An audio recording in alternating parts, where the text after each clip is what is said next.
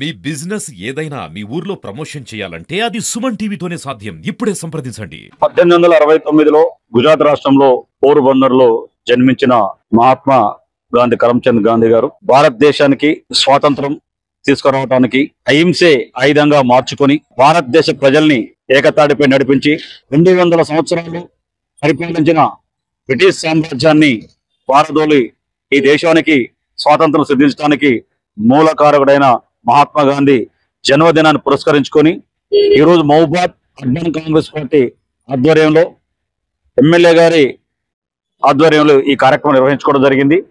ఈ కార్యక్రమం విజయవంతం చేయడంలో ముఖ్య పాత్ర మా కార్యకర్తలు, అదేవిధంగా ఇతర వ్యాపార వర్గాలు సహకరించిన అందరూ ధన్యవాదాలు తెలియజేస్తూ, రాబోయే రోజుల్లో కూడా ఈ రాష్ట్రంలో రేవంత్ రెడ్డి గారి నాయకత్వంలో నడుస్తున్న ప్రభుత్వం పేద ప్రజల పథకాలు మొత్తం కూడా ఇంప్లిమెంటేషన్ లో, అదేవిధంగా పేద ప్రజల కోసం పనిచేస్తూ ముందుకు సాగుతామని చెప్పి అర్బన్ పార్టీ కాంగ్రెస్ ఆధ్వర్యంలో కూడా మహబూబాబాద్లో ఉన్న పారిశుద్ధ కార్యక్రమాలపైన, ఇతర కార్యక్రమాలపైన, మున్సిపాలిటీలో జరుగుతున్న అవినీతిపైన రాబోయే రోజులు ఖచ్చితంగా ఉద్యమిస్తామని చెప్పి అది శాంతియుతంగా మహాత్మా గాంధీ మార్గాన్ని నడుస్తామని చెప్పి తెలియజేస్తున్నాం.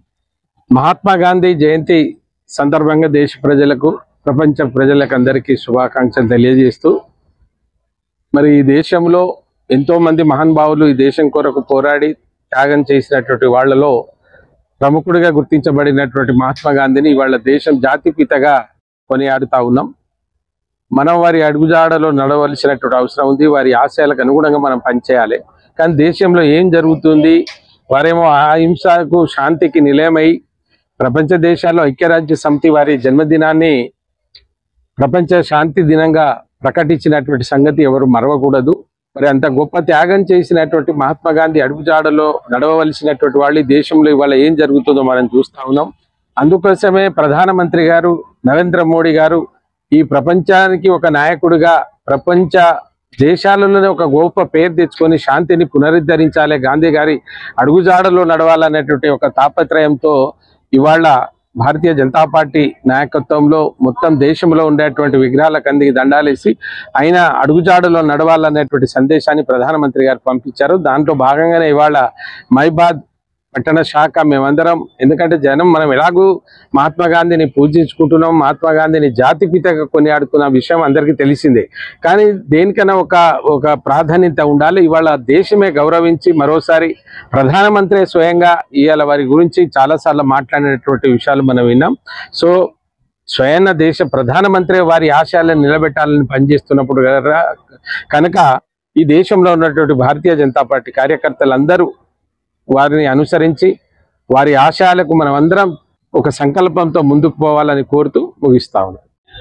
ఈరోజు అక్టోబర్ 2 గాంధీ జయంతి సందర్భంగా రోటరీ క్లబ్ ఆఫ్ మహబూబాబాద్ ఆధ్వర్యంలో స్థానిక గాంధీ పార్కు సమీపంలో గల గాంధీ గారి విగ్రహానికి మరి పూలమాల వేసి అంజలి ఘటించడం జరిగింది.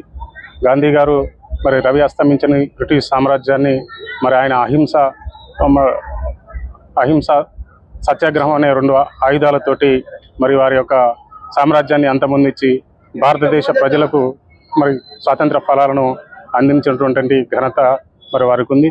వారిని దేశ ప్రజలు, భవిష్యత్ తరాలందరూ కూడా మరి వారికి రుణపడి ఉండాల్సిన అవసరం ఉంది. ఎందుకంటే దక్షిణాఫ్రికాలో ఒక నెల్సన్ మండేలా ఎలాగానో, అమెరికాలో మరి అబ్రహాం లింకన్ ఎలాగానో, చైనాకు మావో ఎలాగానో మన భారతదేశానికి మరి గాంధీ కూడా అట్లాంటి వ్యక్తి.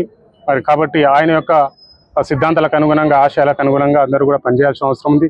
దేశం కూడా అన్ని రంగాలలో గాంధీ గారు ఏదైతే కోరుకున్నారో, దేనికోసం అయితే పోరాడారో మరి దాన్ని వారి యొక్క ఆశయాలను, వారు కోరుకున్నటువంటి సమాజాన్ని, గ్రామ అభివృద్ధిని, గ్రామీణ వికాసానికి అనుగుణంగా మరి పరిపాలకులు, ప్రజలు, సామాజిక సంస్థలు, సంఘాలన్నీ కూడా ముందుకు పోవాల్సిన అవసరం ఉందని చెప్పి రోటరీ క్లబ్ తరఫున మేము అభిలషిస్తాం. ఈరోజు మహాత్మా గాంధీ జయంతి సందర్భంగా మహబూబాబాద్ జిల్లా టీఎంజీఎస్ పక్షాన వారికి ఘన నివాళులు అర్పించడం జరిగింది. మరి ఏదైతే అహింస సిద్ధాంతాన్ని వారు మరి నమ్మినరో అదే సిద్ధాంతంలో మరి ప్రజలందరూ కూడా నడవాలని చెప్పి, వారి మార్గాలను అనుసరించాలని చెప్పి, మరి వారు ఏదైతే కలలు కన్నారో మరి గ్రామ స్వరాజ్యం మరి ఇవన్నీ కూడా అమలవుతున్నాయా లేదా అనేటువంటిది ఒకసారి నెమరు వేసుకోవాల్సింది ఉంది. ఎందుకంటే ఇవాళ మరి వారు బడుగు బలహీన వర్గాల కోసం మరి ఏదైతే పోరాటం చేసినారో అవన్నీ వారికి అందుతున్నాయా లేదనేటువంటిది ఒకసారి మనందరం కూడా నెమరు వేసుకోవాల్సిందిగా మనం విజ్ఞప్తి చేస్తున్నాం.